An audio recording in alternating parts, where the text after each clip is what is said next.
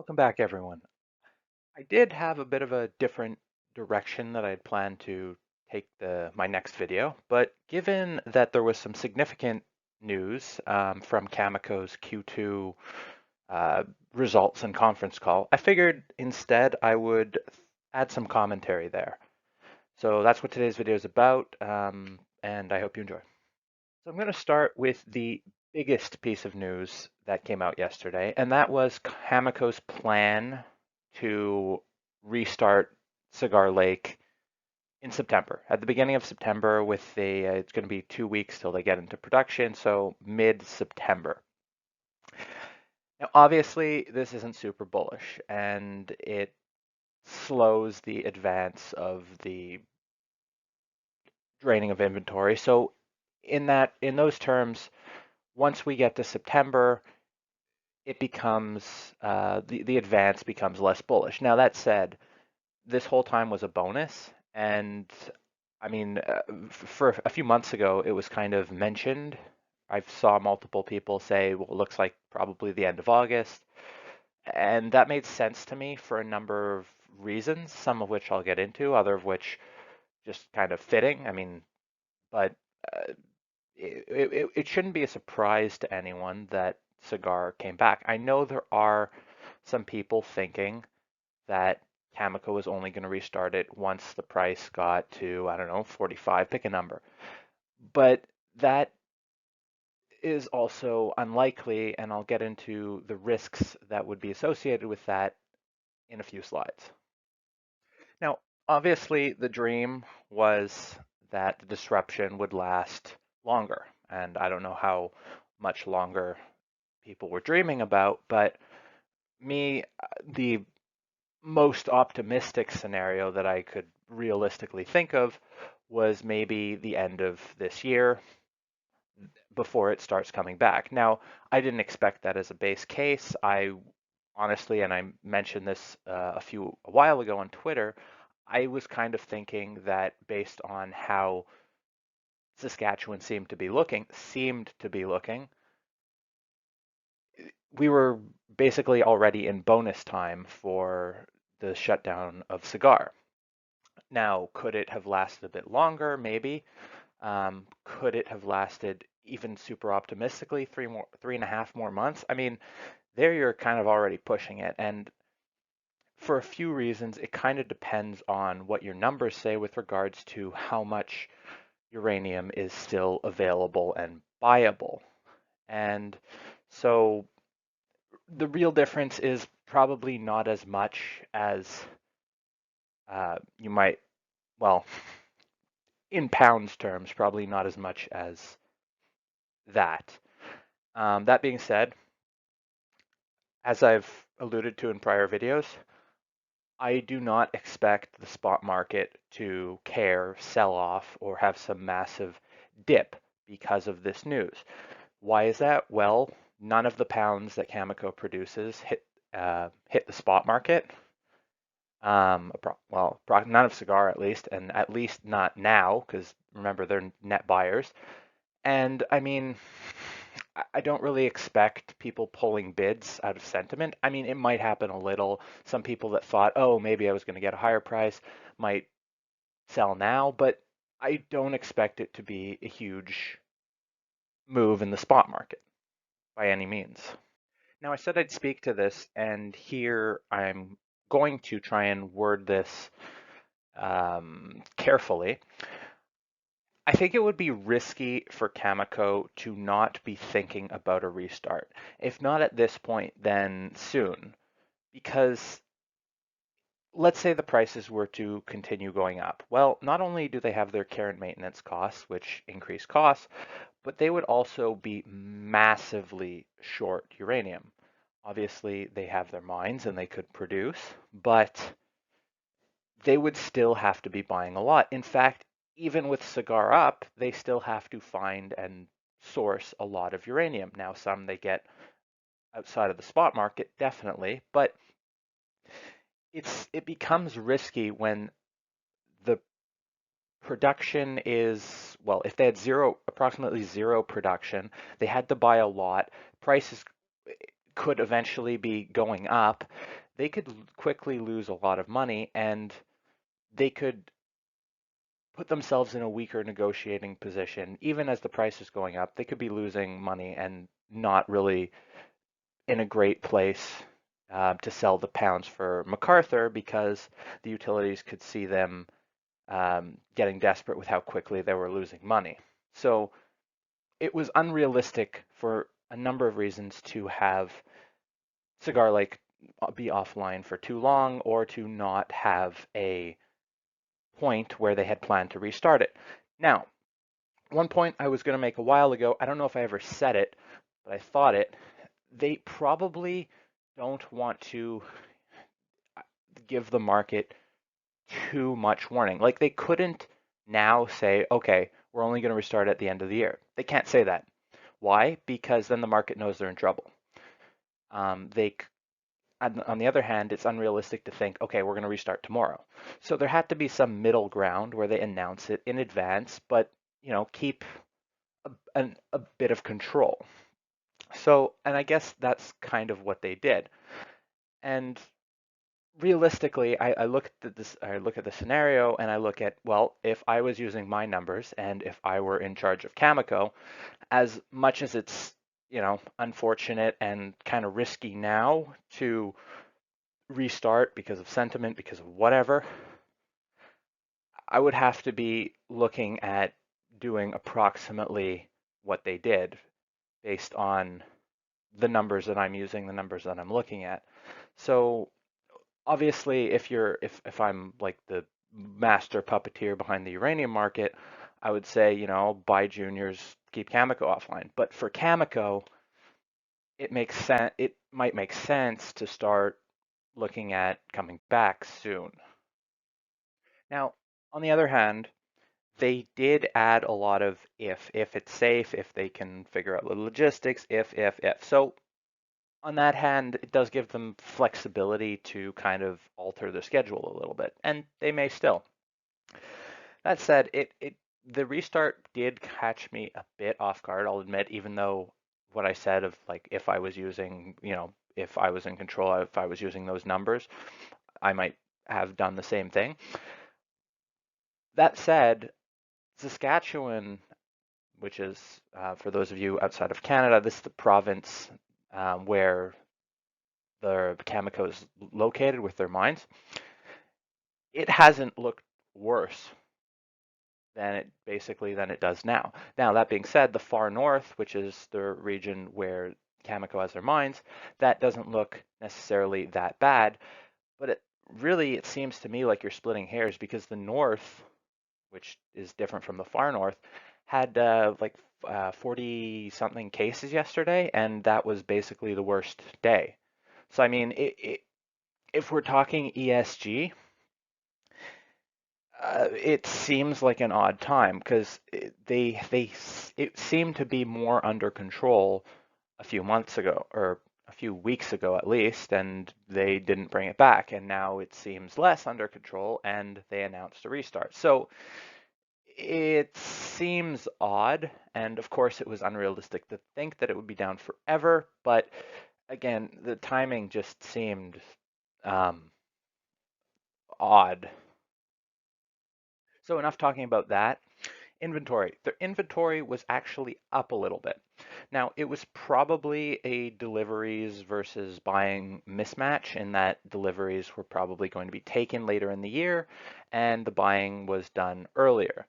Now, I'll admit it, when I saw, based on how the price moved a few months ago and the inventories up, it initially made me think what they were saying in the past was, if we believe prices are going higher, we may choose to purchase material in advance. That's probably not exactly word for word, but this is just me remembering the spirit of something they said multiple times. And I also thought it was interesting that they didn't really harp on that this time. Like, they didn't really say that this time, and it was just kind of, they said a number of things that made me think like they're trying to talk down the market. And so while they did talk about uncertainty a number of times, they didn't really say that,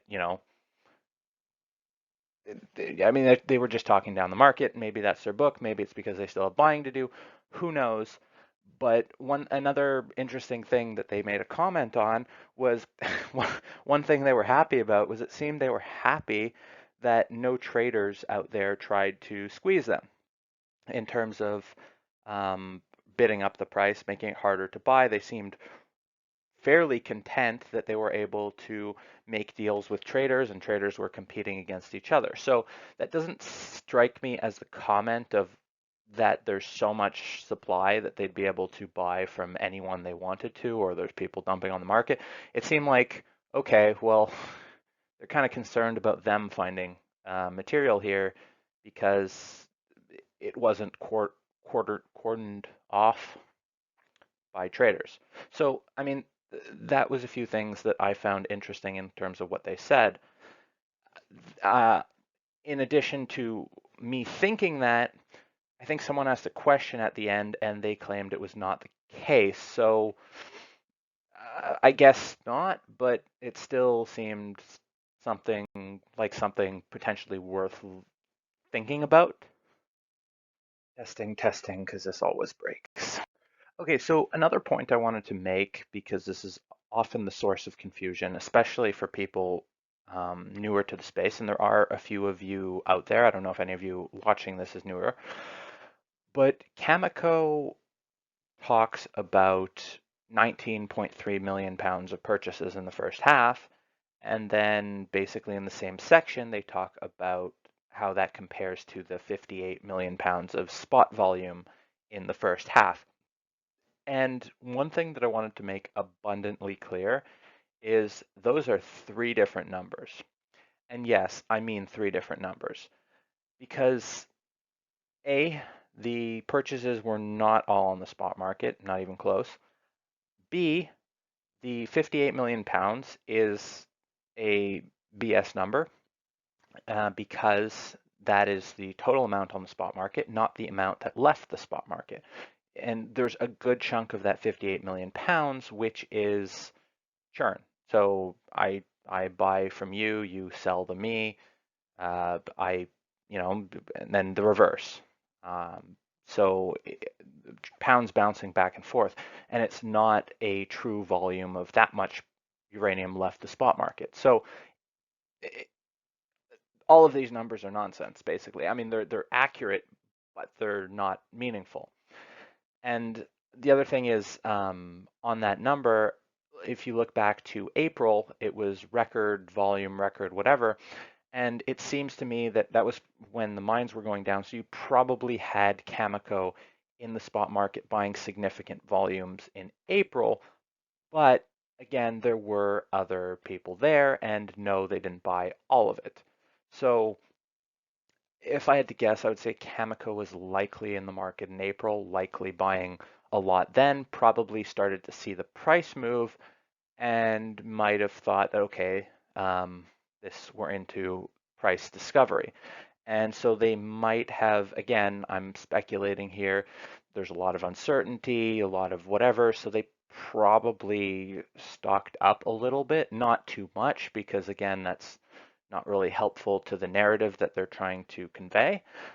But I think my point here is I think we probably cleared out the um, people holding $20, $25, whatever uranium. And so I think that based on what we've seen with the volume and spot market, the disruptions, everything, if I had to guess, I would say there's probably not many people left that are willing to sell in the 20s. I mean, obviously, if there's a desperate seller or whatever, but I think that the pre-buying miner stocking up an inventory was because Cameco started thinking, okay, well, we might have to be paying more later, so this disruption is huge. So in addition to the uncertainty, there was probably a little bit of that. So another point, just quick point that I wanted to make. I thought it was not funny, but funny when they were asked again the question on the conference call about problems with regards to maybe coming back, MacArthur River not being able to come back either as soon or at all. And in the response, I think the CEO of Cameco said nonsense three, four, five times with complete and utter and other descriptors of nonsense. And my point is that I know there's some people that think that, and I know there's some, um, people think that there's some evidence to that, but I mean, I've never been a believer in that theory, and I'm also a big believer that, well, Cameco's actions don't really support that. So, um, I mean, that's just a bit of commentary there. Okay, so a few added thoughts on the matter and on what happened yesterday. I know how this market likes to overreact, and I know how it sometimes can respond to good news, let alone bad news. And I have to say, when I heard, and it was funny, I woke up, looked at my phone, someone sent me a message about Cameco bringing it back, and I'm like, thanks. But no, it's just completely not their fault. I'm just was a bit upset. Or, it's obviously the dream again was that it stays down longer, but that was unlikely. But my point is that when I heard this, I was kind of thinking, I'm like, okay, I kind of expect to be down this much today.